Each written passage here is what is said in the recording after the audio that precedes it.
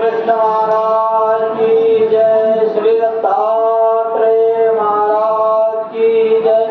श्री चक्रपाणी महाराज की जय। श्री गोविंद प्रभु महाराज की जय। भगवान श्री चक्रधर स्वामी की जय।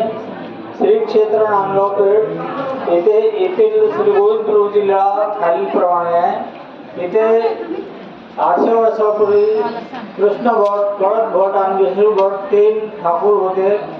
श्री गोविंद प्रभूची पालखी कासोलीवरून आली।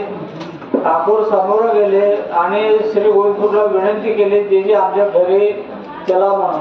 श्री गोविंद प्रभू विनंती स्वीकार केली। त्याप्रमाणे श्री गोविंद प्रभू इथे गळत भट्टाचे इथे 3 भावाकडे 3 दिवस संस्थान झालं।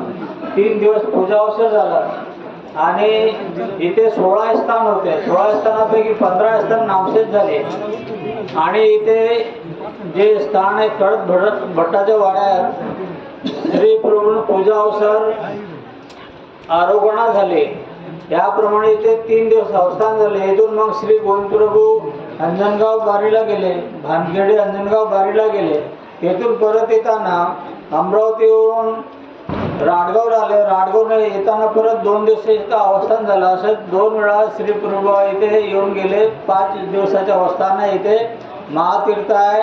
ह्या स्थानाचं जीर्णोद्धाराचं कार्य चालू आहे आणि आतापर्यंत हे जागा 65 लाखाची विकत घेण्यात आली। या स्थानासाठी आपण सर्वांचे आर्थिक सहकार्य आवश्यक आहे। श्री गोविंद प्रभू महाराज की जय।